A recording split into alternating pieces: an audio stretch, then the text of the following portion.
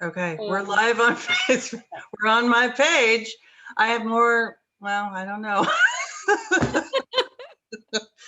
Hi, for those people who we're supposed to be on the quarantine book club page, but we're actually on my page. So this is recorded. So welcome to, this is the final 2020 quarantine book club live interview with authors, debut authors. And we've had some technical difficulties, so I apologize. Welcome to my page, my personal page. Tonight, we're going to be chatting with Heather Frese.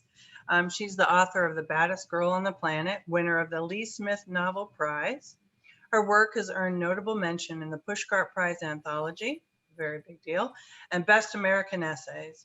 Heather received her MFA from West Virginia University and her master's degree from Ohio University. Coastal North Carolina is her longtime love and source of inspiration.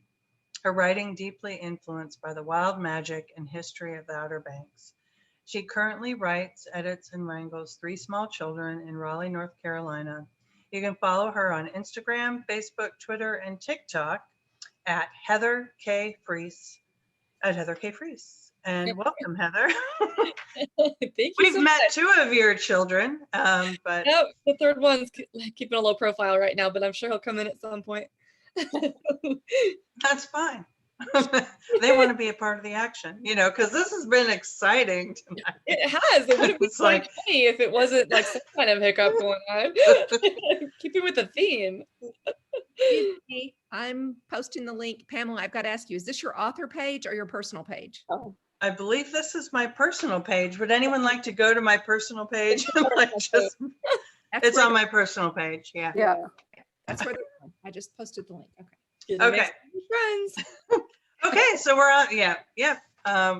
So this is what I do, Facebook friends. I started a book club at the beginning of the pandemic to help debut authors, of which I was one. And we've done this since what, Susan? March? Was it March?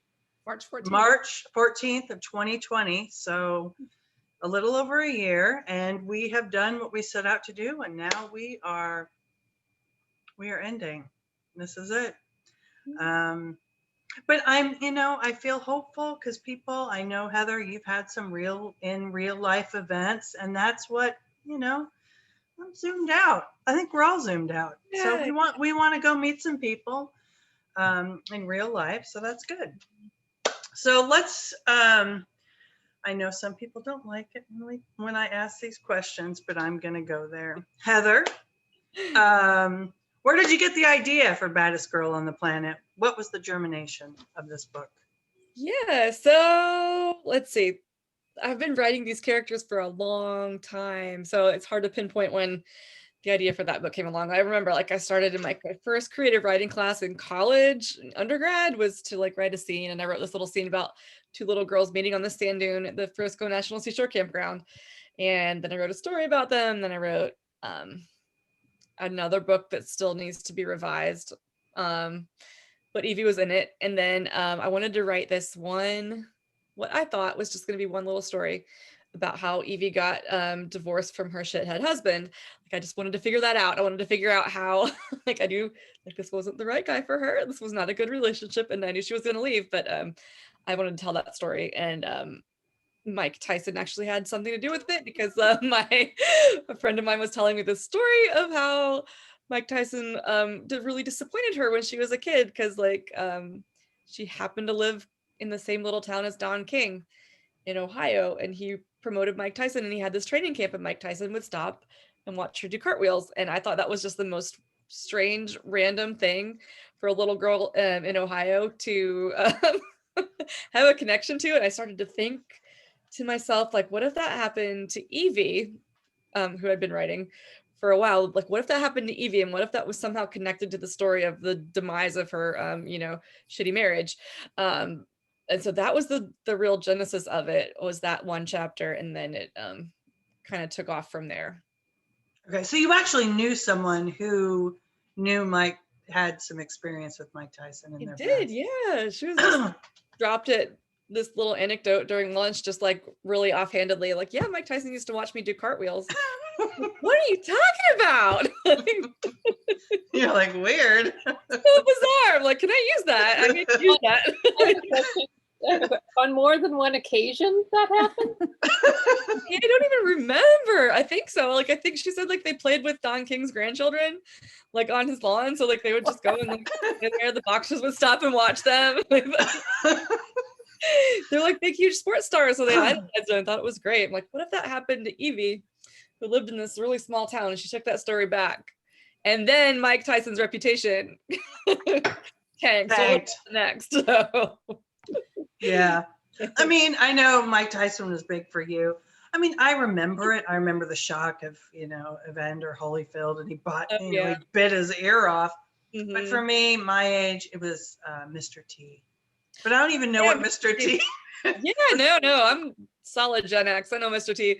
Mike Tyson honestly didn't even have that big of a I didn't care at all about Mike Tyson. It was just like the idea of it was so hilarious to me. So I really have no personal connection to him at all, but I just thought it was really funny. It is. And that's I have to admit I loved the inclusion of Mike Tyson in this, because the scene in Las Vegas, for those of you who have read it, when she goes out there. I mean, I love the fact that she goes out there with her pen pal and he's a total douchebag, and she's like, and then she wanders off drunkenly to just wander up and down with her big drink, looking for Mike Tyson. He has to be there somewhere. So he's there somewhere. Yeah, I love that. Okay, so how long did it take you to write this book? Probably around 2 or 3 years for the writing part. I did it. It's been a long time coming. So I drafted most of it during my MFA, which was a long time ago now. I don't even remember.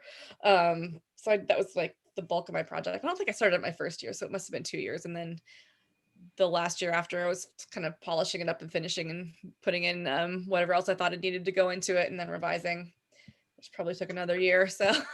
And then how long did it take you to get an agent for this book?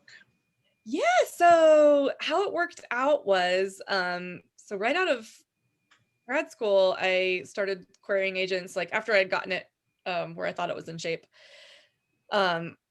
which wasn't. I just thought it was. I started querying agents, and I actually did get an agent relatively quickly.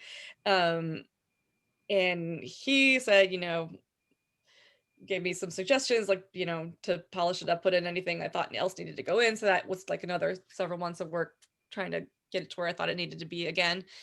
And then at that same time, I was getting married and we were moving.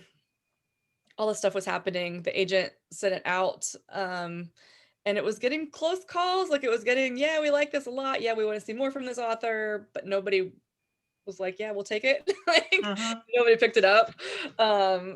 And so at that point, I had gotten married. We moved to the Outer Banks. We moved to Hatteras Island, immediately got pregnant, had Superstorm Sandy hit. And then it was winter on the Outer Banks, which is really isolated. And so all this stuff was happening, and then we moved. So I guess the point of that is that I sort of lost the agent. I think kind of tapped out with the places he would send it to. And I was like, can I send this to small presses and contests? And he was like, yeah, sure. And so at that point I kind of shifted, because at that point he was saying send me your next book, we'll send that out. And I didn't have that ready. And at that point I had a newborn and I was not going to get it ready. So what I could do was I just sort of started researching small presses and contests and other options. So that was another 3 or 4 years. I just got buried under kids, had two more babies. We moved again, and then we moved again. So I was a little busy with that, but I sent it to the Lee Smith Novel Prize at some point back in that blur of kids, because Lee Smith she'd always been my kind of heroine. I'd always just loved her books. I loved her work. Always felt like she was just talking right to me, whenever like she was sort of my answer, like when you get asked like what tradition are you writing in, and I would always be like, oh, I'm writing in the tradition of Lee Smith, because like sort of the way she, like her books are literary and they're also approachable and fun, and she does interesting things with form and like all of that stuff just looks like it's like that's what I love, that's what I wanted to do too. And so when I saw the Lee Smith Novel Prize, I was like, well, if that doesn't fit, I'm going to rip it apart and I don't know, put it in chronological order and make it more of a typical book and try it again. But luckily it won, so it gets to be the book that it is. Okay, so when you won the prize, is it published through a small publishing house or? Yeah, it's Blair is the press. They're a small nonprofit press in Durham. They're a wonderful press. Like it's really an honor to be involved with them. They try to work with underrepresented voices, so they have like a really wonderful catalog, and it's really great to be part of them. So they focus on that, and also kind of North Carolina, coastal, not coastal, but North Carolina and the Southeast. So yeah, publication with them and $1,000. So Cool. yeah. Well, so was this everything you thought it was going to be? Did you have like big plans for like your debut into the world? Like, this is my first book, baby. You had the book, baby. What were what were your plans to? I did have these dreams of the release party, because I knew there was going to be a release party. Mike Tyson jumping out of a cake. Ice tattoos for free. Cookies that look like ears. Yeah, so I don't know. It's like it was 2018 or 19, early 2019 that it won, and then that year doing the revisions and the edits and the copy editing and all of that. So it was supposed to really, it got bumped back because of the pandemic, and then it got bumped back again. But like initially, like before, in the before times, like there was going to be a release party, and like I was like, oh, it's, how you plan birthday parties for your kids and like all their friends come and like it's this big deal. And I was always like, well, we don't get that. Adults don't get that. So this was going to be my birthday party. Like my friends were going to come and we were going to celebrate. And then that did not happen. We had to Zoom instead. But the good thing about that is like friends could come from Canada and from, all over the place. So it had its upsides. But yeah, I'm still a little bit bitter that I didn't get my release party. Yeah, that's kind of the sentiment of like most of the people who debuted in 2020 and early 2021 is, you just, Zoom just doesn't cut the mustard. It really doesn't. It's not the same of being in person and having like someone go, will you sign my book? Yeah. That's very thrilling. So have you been able to do that? Have you been able to sign copies? Yeah, last week was the first time I went down to the Outer Banks. So Buxton Village Books had me come in and do a little event outdoors, and then Downtown Books and Manio, they're starting up their first Friday events. So they're like their art walk kind of things. So they had me come down and sit there and sign books in real life, and it was crazy. It's really cool. It is really cool. So, okay, so North Carolina, it's Hatteras Island? Hatteras Island, yep. It's kind of like a character in this book. This book is very, place is a big part of this because Evie doesn't want to leave the island, and her shithead husband kind of does, and so was it always set there because you live there? Yeah, I grew up going on vacation there, so I'm from Ohio, but I would go down every summer and we would camp at the National Seashore Campground where Evie lives as a kid for the summer with her aunt, and we would go like more and more frequently when I was an adult, and like go in the winter time. And at that point I started sort of thinking about, because it had always been this sort of magical, wondrous place for me. Like, it's so beautiful and it's so magical. And when you're there on vacation, it's just like this really special, kind of joy-filled, magical place. But then when I started thinking about it, like as an adult and as a writer, like what would it be like to actually live there, like year round, grow up there, have like your family roots be there. And like there's one road, like it's this little tiny sandbar out in the ocean, and there's one road up to get to like a McDonald's, and it's an hour drive to get to the hospital. And like I started wondering what it would really be like to live there and grow up there and have that be your like your background and the one of the forces that's kind of shaping who you are as a human. So yeah, the setting was always super important to me, and it was always going to be Hatteras. And people, when you live in areas like that, people all know your story. And Yes. so we are getting some, are we getting any questions? Oh, some people are watching. We don't have any questions yet. Is anyone looking at the page? Because if I look at it, then it. I'm looking at the page and we don't have Okay. any questions. We don't yet. have any questions yet. Okay. So, so obviously you're not obsessed with Mike Tyson. This was just a weird anecdote that Yeah. came about, but he plays such a major part in this book. And it's, I just have to say, I just loved your voice. I mean, it is just, I love it when an author can make me laugh out loud in a book, and this book really did it. And I read it really fast. It was, you know, it's like a good beach read, and it was nothing like I thought it was going to be. I mean, your cover looks like it's this, you know, kind of sexy, like femme fatale, baddest girl on the planet, but she kind of really isn't. She's very relatable. And Yeah. so why did you pick the title? Oh yeah, so the title is another Mike Tyson tie-in. So that was one of his nicknames was the baddest man on the planet, and so sort of a big part of Evie's struggle and what I wanted her to be dealing with throughout the arc of this book was coming to terms with her bad reputation. So she gets this bad reputation as a young girl for various reasons, but like once you're labeled with that and you're in that small community, which you touched on a little bit earlier, like everybody knows you, everybody knows everything about you, and everybody knows everything about your ancestors like 4 generations back. So like no one's gonna let you forget that you are the bad girl, like you are the girl that kisses boys in the dugout. And like that was one thing I wanted her to be struggling with and trying to redefine.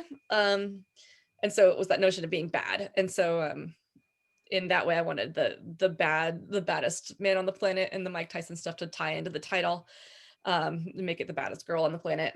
And I wanted it originally, like I wanted it to be like a chapter title, like one of the little sort of scenes or vignettes. I wanted it to be that title, and I could never figure it out. I could never make it. Like I tried to shoehorn it in, and then a friend of mine suggested, like my friend who reads all my work, she was like, why don't you just make that the title of the whole project? I was like, yep, that's it. That's what it has to be. And luckily they liked it at Blair. Like they didn't ask me to change it. So Cool. that was it. All right, so we have a question from Amber. She wants to know, was it hard for you to know what decision Evie would make at the end? I loved how deeply she thought about the aspects of both options, and that she even saw some of the good in Shithead. Yes. Yeah, that was something I worked hard at too, is to have some of the good parts of her shithead ex-husband. Because when I wrote him earlier, he was always just a total shithead. Like that was it. He was Steven and he was a shithead and I hated him.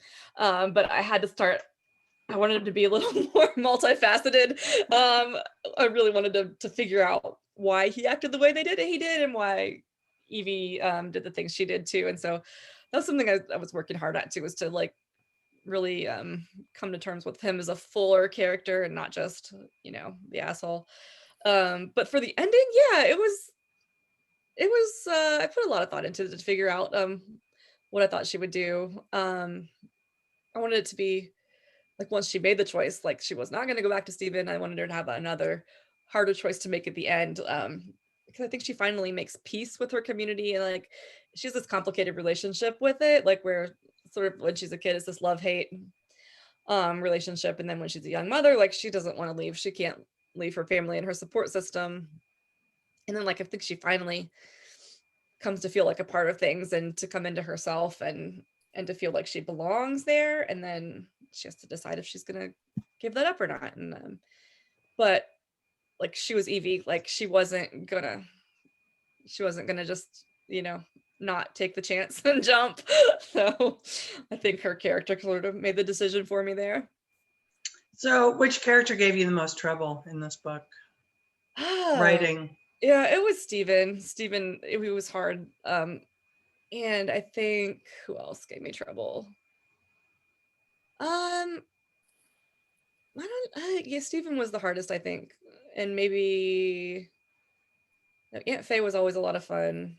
Evie's mom, I really wanted to get Evie's mom nailed down a bit. I feel like I thought I knew her dad's story a little bit better, and then I really wanted to sort of figure out what was motivating her mom. So she gave me a little bit of pause because Her mom was kind of a bad girl. I mean, yeah, like she's not your Betty Cry, she's not your 50s housewife. She's interesting. So yeah, she was a tricky one to figure out. I wanted to sort of complicate her a little bit too. well, that's what I liked about the book, is that everybody's life was kind of complicated. Evie's mom cheated on her dad, and Stephen cheated, and Evie cheated. And there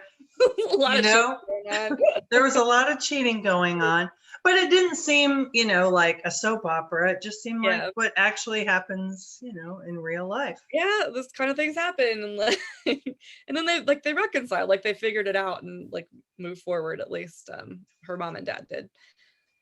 So on the structure of the book, you went back and forth in time a lot. Was there a particular reason you did that, or so why didn't you do chronological? Mm-hmm. So honestly, like I think I real briefly mentioned this before, but like in the beginning, I thought I was just writing a story, like one little thing about Evie's divorce. And then when I was writing that, then something else happened, and I was like, oh, wouldn't it be fun if like this Las Vegas story happened to Evie? And so I wrote that. And then as I was writing that, I realized that Aunt Faye died, and I was like, well, I got to write about that too. And these were all happening in my head at different points in time. But at that time, I still thought I was just kind of writing some short stories. But then by the time I was 3 or 4, stories in, I realized it was a bigger project. And so at that point, I started writing it towards the goal of a novel, like as a whole. But I still didn't want to do it. Like I liked how the chapters turned out, and I liked how each was sort of its own vignette that could almost stand alone, but also when it was sort of woven in with these other chapters that kind of came together to form a little bit more of a cohesive whole. And so I kind of just I didn't want to do it chronologically. I wanted to like you get a little snippet of this in the beginning, and then later on you get the full story, which I just like when that stuff happens when I read it. Like, I thought it would be fun. So a lot of it was just kind of playing around and letting it evolve organically, but I just felt really strongly that it wasn't going to have this traditional like arc. And I think like it complicates it itself more when it's like flowing in and out of time, and you find these sort of connecting factors that maybe aren't the like the top arc, but like things that like flow through and like interweave and connect. So yeah, I just kind of felt it wasn't like a chronological story. So Susan always asks, she is a teacher, and so she has questions that she always asks of every author. So I'm going to let her take it over, Susan. And it's interesting, you have kids, so you tell me what you read when you were a kid. What did you read in school? Oh yeah, I loved reading when I was a kid. I remember. So what were my first ones were like the Little House on the Prairie series, and oh gosh, what were my other ones? Most of my go-to books, like that I read over and over and over and over again. Island of the Blue Dolphins, Taffy of Torpedo Junction, which was set on Hatteras Island. That's and actually published by an earlier iteration of Blair, my press. So like that was like, it's meant to be. So those, the Madeline L'Engle, Beverly Cleary, Judy Blume, and then Ellen Montgomery, Anne of Green Gables, and Emily of New Moon, and all of those. Those were my big ones. Yeah, it's Usually good readers make good writers. So Yeah. interesting to me. So what was the one that you said that was set in Outer Banks? Oh yeah, it's called Taffy of Torpedo Junction. And it's this story of a little girl during World War II living on Hatteras Island. And yeah, so during World War II, they like all the German warboats were sinking torpedoes off the coast there, and so the people who lived on the island had to like blackout curtains and all this impact from it. So that's what the whole story is about. And then Taffy has a big adventure with Nazis and stuff, but I just love that she lived on the beach. She got to ride a horse. Like, the Nazis were secondary. Like An adventure with Nazis. yeah. A children's story.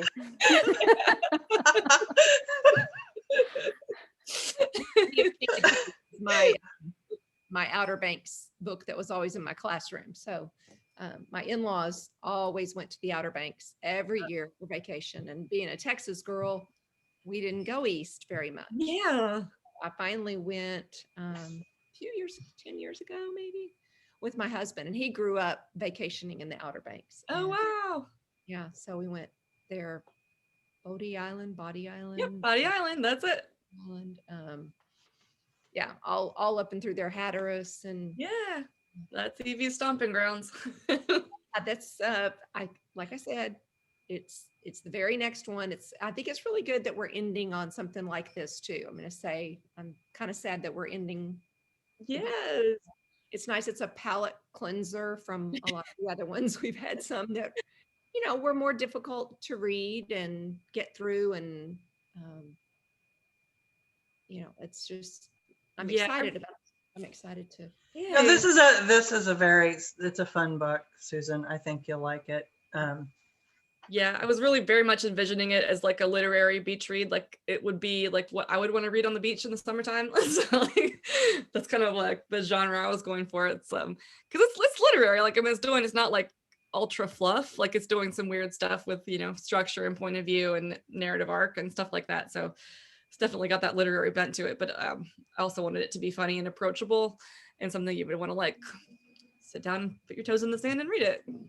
And it has a good story of friendship and her relationship with her Aunt Faye. I really like that. I mean, you touch on a lot of things in this book, friendship and grief and family and forgiveness and the struggles of just being a mother, and which I'm sure you can relate to. You have 3 kids. I have 2 kids. Mine are grown pretty much, but how do you balance the writing with the kids now?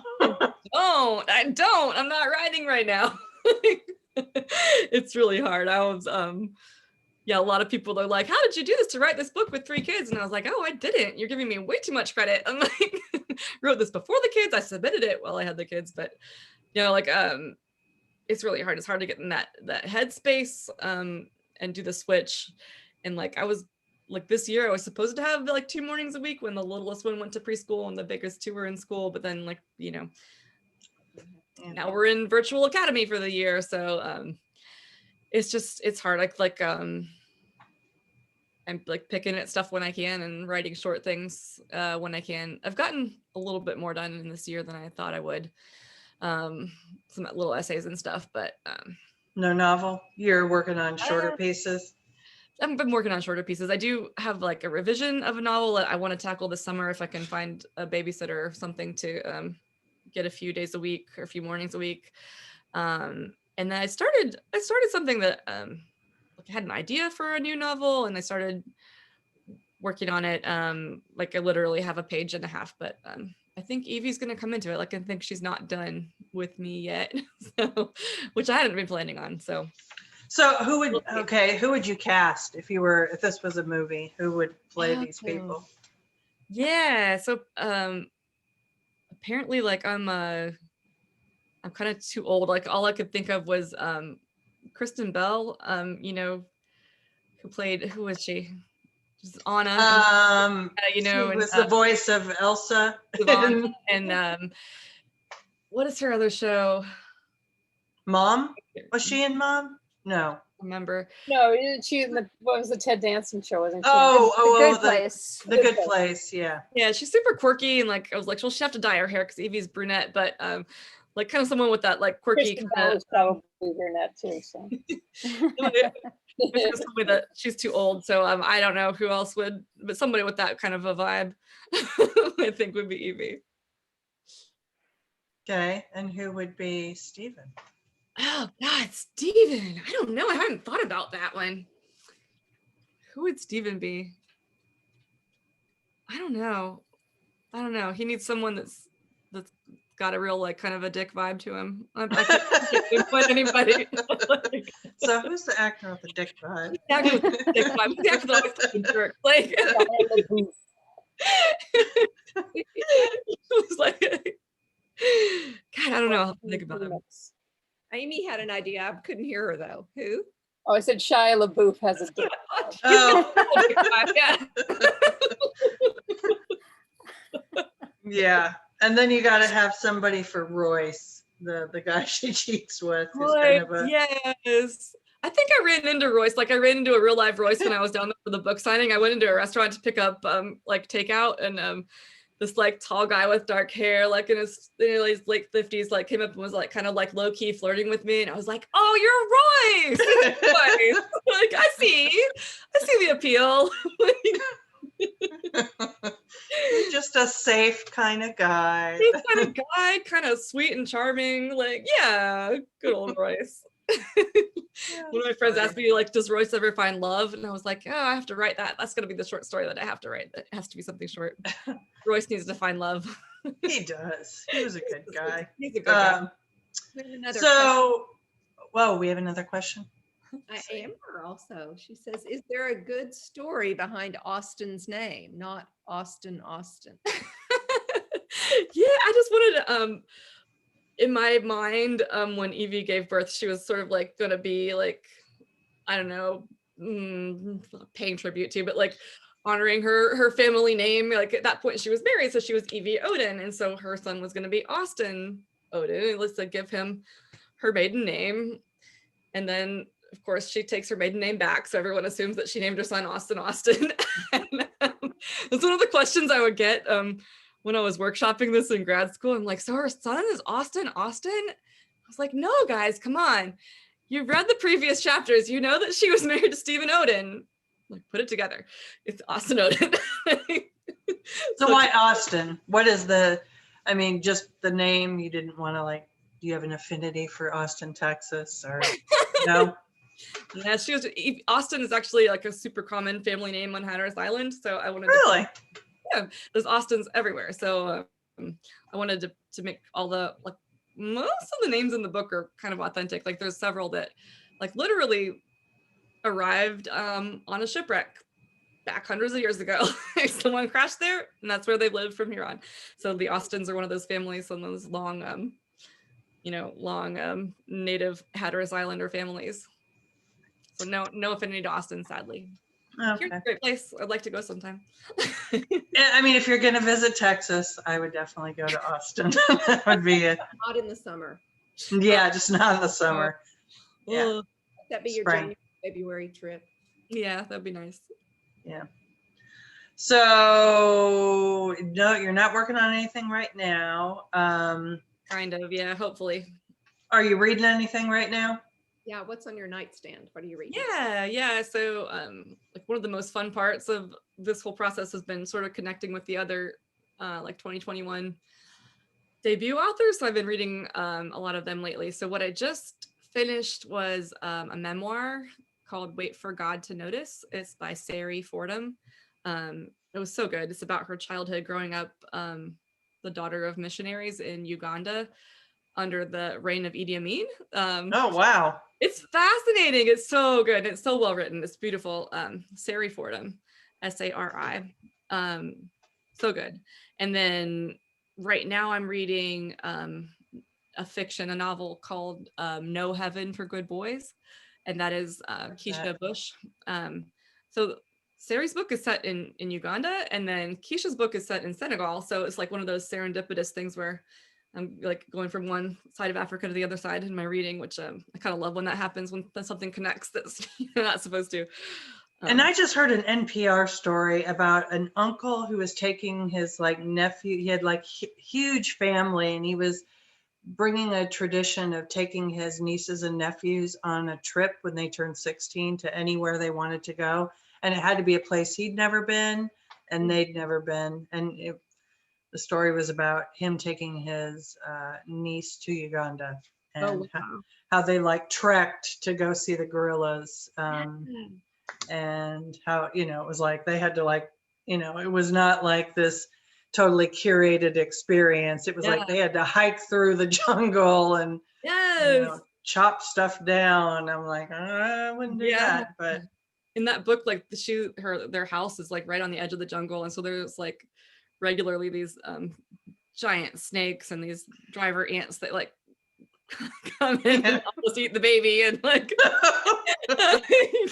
I was getting a bucket of water to water our little bitty garden, and there was a little tiny snake in it, and I was like, imagined black mambas and stuff like that. Like I would not have made it in Uganda. This little tiny garden snake got me.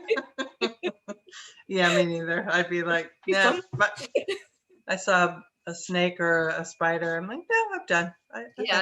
I'm good. I'm good. All right. Well, I feel like because we're on my page that people couldn't figure out how to migrate over to ask questions. So what we're going to do is I'm going to post this back into the QBC. Yeah, so they can watch the video. So why don't we go ahead and do the drawing for the two books, The Wheel of Fortune. You need to give me permission to share my screen. Okay. So how do I'm doing share screen? No, I'm not doing that You for probably me. go to my picture and click on the three dots. Kind of nice to have your faces here while we talk too, Amy. Participants, would it be there? Or security? Because my options at the bottom are security, participants, chat, share screen. And when I do, okay. Advanced sharing options. So is that what I need? And then who can share? I'm going to say all participants. Excellent. Right? Okay. And then done. So now you can share the Wheel of Fortune. All right. Now I'm going to share my screen. I was so excited when that Wheel of Fortune landed on Baddest Girl. Like I won. Here we go. Okay, ready? What's the first book? I don't know. Who are our winners? I put me in this. Okay, Peggy.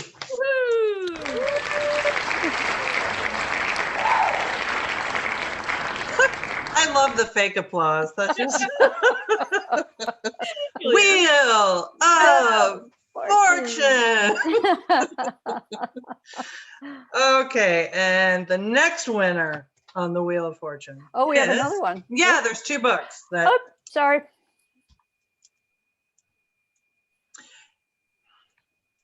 Please let it maybe me.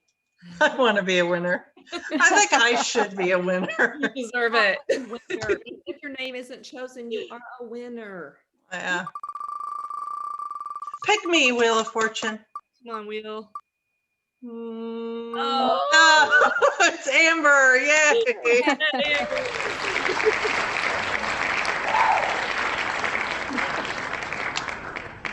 That's so funny. Okay. Thank you so much, Heather, for joining us. I'm sorry about all the technical difficulties, and I apologize to the QBC. You know, it happens. So, like, I think it's par for the course there.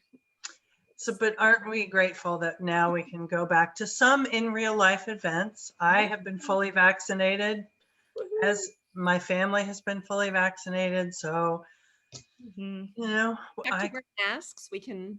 Yes, that's new today, right? It's gonna be weird. I think I'm always gonna wear a mask. I'm too scared right now. But but I am gonna venture out because I think I didn't get to celebrate my 50th birthday last year. So my best friend and I both were born 4 days apart, and we've been friends since junior high. And I think we're gonna do Mexico Yes. Nice.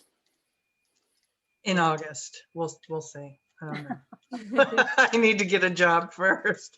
Well, We're going to have this posted in the group. So if we have questions, Heather, will you interact with us? yeah, there? totally. I'll come in and interact. Like, if you want, I can send video answers with my kids in the background, or I can type them in, whatever. That'd be cool. Excellent. We need cartwheels if you could Cartwheels. do. Any of that. So All right. I'm sorry we didn't get Mike Tyson. We certainly tried, but tried. I he's a am busy man. by He's a him. busy I'm man. just fascinated by him. He just totally is one of those things that I read everything that I can. Yeah. on. He's just such a character. He's character. Yeah. I think part of that, like part of what I wanted to do with him too, was have Evie coming to, like, because at first, like, he's just another bad guy, and like I want her to, like, in the end, she's kind of like realizing his humanity also, and like maybe the forces that have impacted him, so make him, like, he's such a character though. Gosh. Yeah, I think she does. I think you need to meet Mike in real life. I'm And terrified. Like, I really am. I'm terrified that if he will ever read the book. Like, Oh, I hope he doesn't get mad at me. let us know. no, I mean, he lived his life. He knows what he was accused of. So, Yeah. so I feel like he's put himself out there as a character enough that he's kind of public domain. he was in The Hangover, wasn't he? As Mike Tyson. Like, come on. What's one book? Literally. Yeah. What? All right. Okay. Okay, Susan, Amy, Nancy, and Heather, thank you so much for being a part of the 2020 Quarantine Book Club for this past year. I appreciate all of your work on this. And Heather, write those short stories. Good luck finding a babysitter. I know how Yes. hard it is to All write the with kids are coming children. home. All the kids are coming home. Yep, that's true. Fingers crossed. All right. Anyway, thank you so much. This has been such an honor. I love being here, and I'm super glad that the wheel chose the baddest girl. Wheel of Fortune. All right. Good night, everybody. Thank Good you. Amy by Nancy.